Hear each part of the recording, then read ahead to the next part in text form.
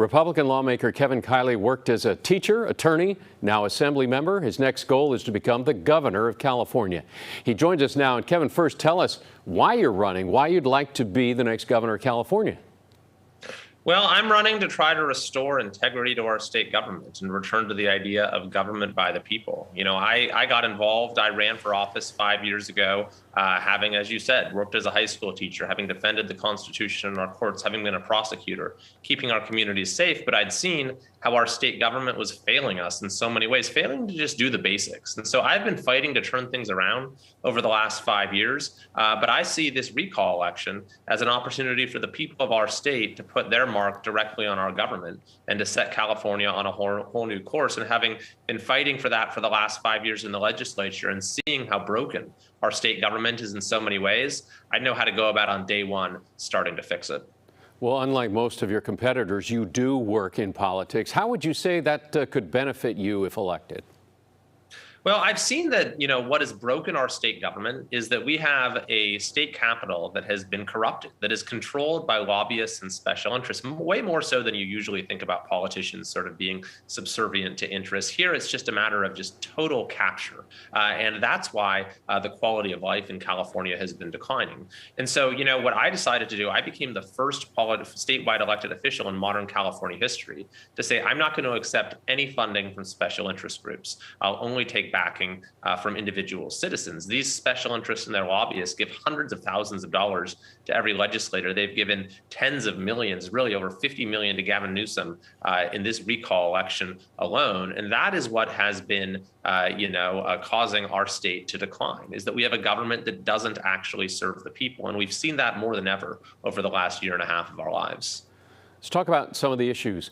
A lot of the candidates critical of the governor's handling of the pandemic. How would you grade his response? And of course, how might you handle things differently? Well, I'd give him the worst possible grade on the scale, because unfortunately what this governor did is he immediately seized this moment of utmost vulnerability for our state and used it as a political opportunity. That's what he said from the very beginning, actually, that he was using it to advance his ideological agenda, or even worse, to reward the big special interest groups that put him in power. And, you know, the issue that I think is perhaps the worst one of all is that he did a school shutdown that was not guided by science, was not guided by public health, was not guided by the interests of our kids, but it was entirely about special interest groups. And California was last in the country, 50th out of 50, in getting our kids back to the classroom, and while also having some of the worst public health outcomes in the country. The governor knew that having kids in school was the right thing to do. He sent his own kids to in-person private school, but because of his subservience to special interest groups, he deprived millions of California kids of that same opportunity. Let's talk about the public school system. As a former teacher, you've been critical of that system. What do you think are the main issues there, and what does need to change? Well, the reality is that for a while, we've had a public education system that has been on the decline. We keep spending more and more money, and yet achievement gaps keep growing. Our education outcomes are among the worst in the country. As a matter of fact, even prior to COVID-19, we ranked 49th out of 50 in terms of how well our students perform in underserved communities. I taught in one of those communities. I taught 10th grade English in inner city Los Angeles, and the average reading level of my kids when they entered was 5th grade. And the reason for this is very simple, that we have a public education system that is controlled by special interest groups whose business model is keeping kids trapped in failing schools. And then during COVID-19, that business model became keeping schools shut altogether. And so I would want to completely reorient that paradigm, to have a public education system that actually serves students, that is student-centered, that allows parents to have choices as to where they spend their child to school, that has accountability built into it as well. There are very simple reforms that we could make that other states have made, that have advanced student achievement, that have closed achievement gaps. Yet in California, we have been moving in precisely the opposite direction. And every attempt that I've made to bring meaningful reforms to expand educational opportunity and equity in my role as vice chair of the Assembly Special Education Committee, or Assembly Education Committee, hasn't gone anywhere because of the political barriers that are in place. You know, every candidate talks about, even the governor himself talks about the problem of homelessness in California. How would you tackle that issue? Well, I would actually get serious about the homelessness issue, because what we've seen in California is that it's just gotten worse and worse, even though we've spent enormous sums of money. Just this year, Gavin Newsom dedicated $12 billion more towards homelessness spending. And yet this approach has not worked in California.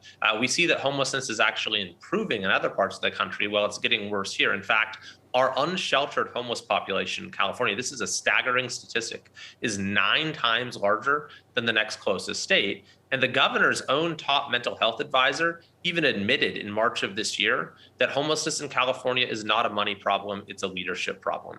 So I would bring new leadership. I would look at what's worked in other states that's actually on the basis of evidence and proved to be successful in helping people transition out of homelessness and turn their lives around. You need to have a facility where people can go. There needs to be a roof over their head. We can't have people living and dying and languishing on our streets. But once there, we need to connect them with the needed services, whether that's mental health counseling, substance abuse treatment, job training, family reunification, and the other measures that have been proven to be successful. And let me talk about taxes, state taxes. How do you feel? Are there any increases you actually support?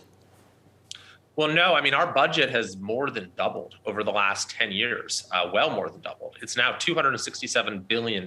That's what Gavin Newsom just signed. And, I talk to people who say, well, yeah, they don't like the taxes that are so high here, but at least if they were getting something in return, that would soften the blow a little bit. But, do you walk around and see perfectly paved roads and beautiful dams and reservoirs and sterling public schools? No, of course not. Everything has continued to get worse. The quality of life in California has continued to decline, and that is because we have a capital where spending is not directed towards serving the people of the state.